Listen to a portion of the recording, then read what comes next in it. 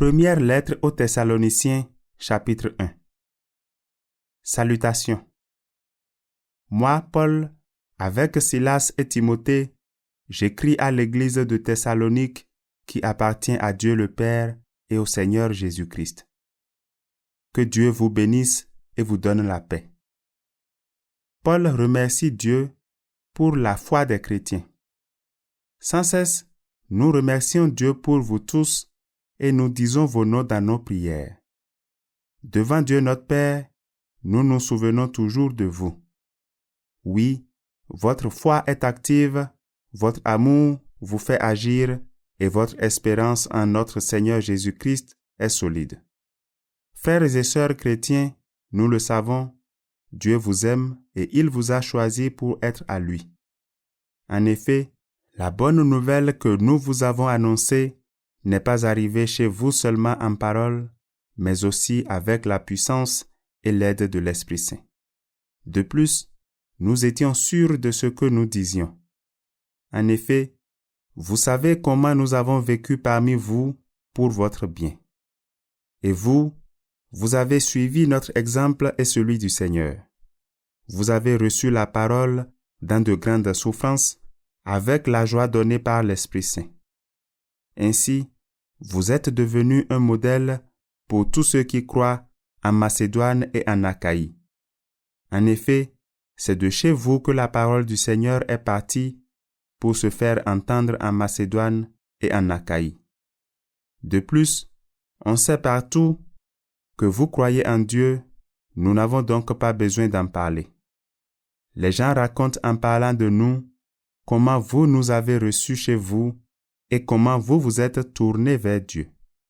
Vous avez laissé les faux dieux pour servir le Dieu vivant et vrai et pour attendre que son Fils vienne des cieux. Ce Fils, c'est Jésus que Dieu a réveillé de la mort et qui nous délivre du jugement de Dieu qui est proche. Première lettre aux Thessaloniciens, chapitre 2. Le travail de Paul à Thessalonique. Frères et sœurs chrétiens, vous le savez bien, nous ne sommes pas allés chez vous pour rien. Vous le savez aussi, nous avons d'abord souffert dans la ville de Philippe où on nous a insultés. Mais ensuite, Dieu nous a donné le courage de vous annoncer sa bonne nouvelle au milieu de beaucoup de difficultés. Nos paroles ne s'appuient pas sur des choses fausses, nous n'avons pas de mauvaises intentions, nous ne cherchons pas à tromper. Au contraire, Dieu nous a trouvés capables et il nous a confié sa bonne nouvelle. Maintenant, quand nous parlons, ce n'est pas pour plaire aux hommes, c'est pour plaire à Dieu qui voit le fond de notre cœur. Vous le savez, nous n'avons jamais parlé pour flatter les gens et notre intention, ce n'était pas de gagner de l'argent, Dieu en est témoin. Nous n'avons cherché les félicitations de personne, ni de vous, ni de quelqu'un d'autre. Pourtant, nous les apôtres du Christ, nous pouvions faire peser notre autorité sur vous. Au contraire, quand nous étions avec vous, nous avons été pleins de douceur comme une mère qui prend soin de ses enfants. À cause de notre tendresse pour vous, nous étions prêts à vous donner non seulement la bonne nouvelle de Dieu, mais aussi notre vie. Notre amour pour vous était devenu si grand. Frères et sœurs, vous vous souvenez de notre travail et de notre fatigue. Nous avons travaillé nuit et jour pour ne rien vous coûter, et c'est ainsi que nous vous avons annoncé la bonne nouvelle de Dieu. Avec vous les croyants, nous avons agi d'une manière parfaite et juste. On ne pouvait rien nous reprocher, vous êtes témoins de cela, et Dieu avec vous. Vous le savez aussi. Avec chacun de vous, nous avons été comme un père avec ses enfants. Nous vous avons donné des conseils et des encouragements. Nous vous avons demandé avec force de vivre comme Dieu le veut, lui qui vous appelle à entrer dans son royaume pour participer à sa gloire. Les Thessaloniciens ont bien accueilli la parole de Dieu. Sans cesse, Nous remercions Dieu pour une autre raison encore. Quand vous avez reçu de nous la parole de Dieu, vous ne l'avez pas reçue comme une parole humaine, mais comme la parole de Dieu. Oui, elle vient vraiment de Dieu et elle agit en vous, les croyants. En effet, frères et sœurs, vous avez imité les églises de Dieu qui sont en Judée et qui sont unies au Christ Jésus. Vous avez souffert à cause des gens de votre pays, comme ces églises ont souffert à cause des Juifs. Ils ont tué le Seigneur Jésus et les prophètes, et ils nous ont fait souffrir, nous aussi. Ils ne plaisent pas à Dieu, ils sont ennemis de tout le monde. Ils nous empêchent d'annoncer à ceux qui ne sont pas juifs le message qui doit les sauver. Ainsi, ils complètent la somme des péchés qu'ils ont toujours commis. Mais finalement, la colère de Dieu est tombée sur eux. Paul désire revoir les chrétiens de Thessalonique. Frères et sœurs, nous avons été séparés de vous pendant un certain temps, loin des yeux, mais pas loin du cœur.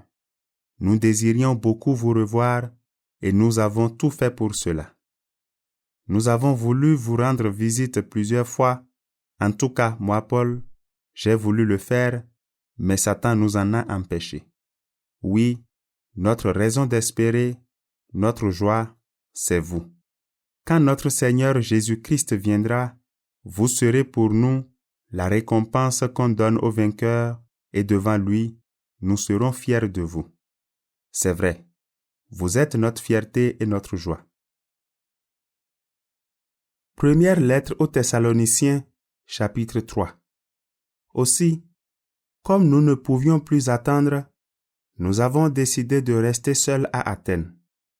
Et nous vous avons envoyé notre frère Timothée qui travaille avec Dieu pour annoncer la bonne nouvelle du Christ. Nous l'avons envoyé pour qu'il rende votre foi solide et vous donne du courage. Ainsi, personne ne se laissera troubler par les souffrances d'aujourd'hui. Vous savez vous-même qu'elles font partie du projet de Dieu pour nous. Quand nous étions chez vous, nous vous avons annoncé d'avance que nous allions souffrir durement, et c'est ce qui s'est passé, vous le savez. C'est pourquoi, comme je ne pouvais plus attendre, j'ai envoyé Timothée prendre des nouvelles de votre foi. J'avais peur d'une chose. L'esprit du mal vous avait peut-être tenté, et dans ce cas, nous aurions travaillé pour rien. Maintenant, Timothée vient d'arriver de chez vous. Il nous a apporté de bonnes nouvelles de votre foi et de votre amour. Il nous a dit que vous gardez toujours un bon souvenir de nous et que vous désirez nous revoir comme nous désirons vous revoir. Alors, frères et sœurs, au milieu de tous nos malheurs et de nos souffrances, votre foi nous a encouragés. Maintenant, nous revivons parce que vous restez forts dans le Seigneur. Comment remercier Dieu pour vous à cause de la grande joie que vous nous donnez devant lui? Nuit et jour, voici ce que nous lui demandons avec force. Qu'il nous permette de vous revoir et de compléter ce qui manque à votre foi.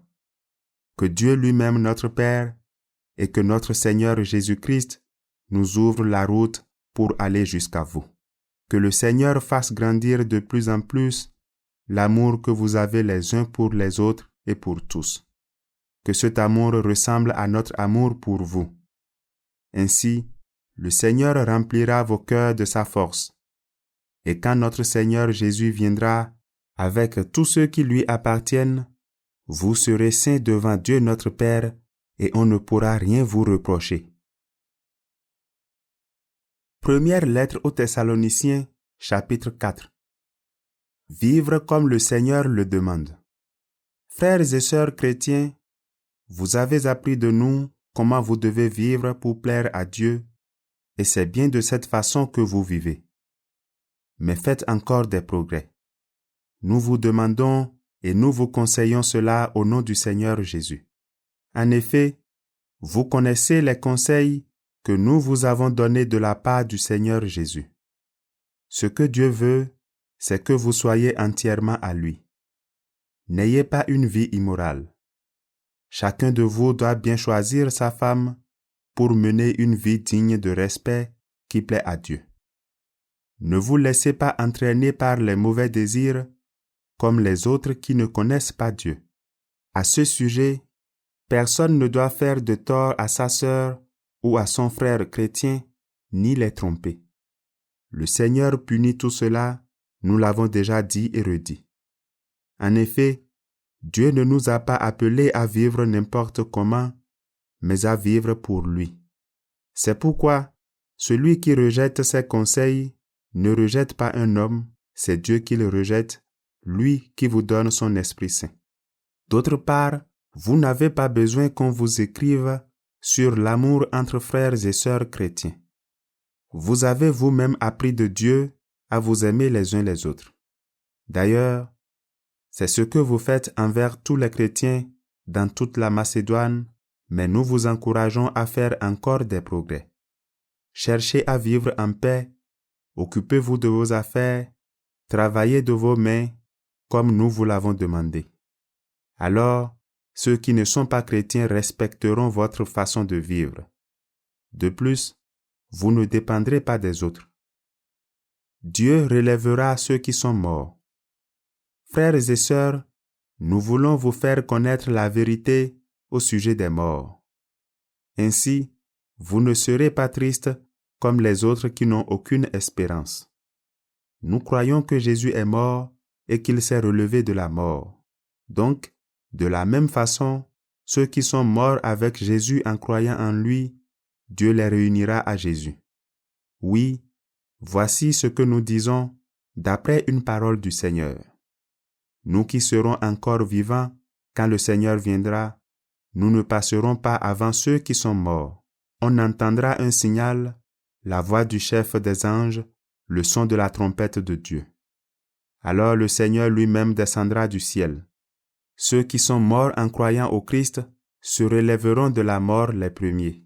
Ensuite, nous qui serons encore vivants, nous serons emportés ensemble avec eux sur les nuages en montant vers le Seigneur pour le rencontrer. Et ainsi, nous serons avec le Seigneur pour toujours. Alors, encouragez-vous les uns les autres avec ces paroles. Première lettre aux Thessaloniciens, chapitre 5. Personne ne sait quand le Seigneur viendra. Frères et sœurs, au sujet de la date et du moment où le Seigneur viendra, vous n'avez pas besoin qu'on vous écrive. Vous le savez très bien vous-même, le jour du Seigneur arrivera comme un voleur dans la nuit.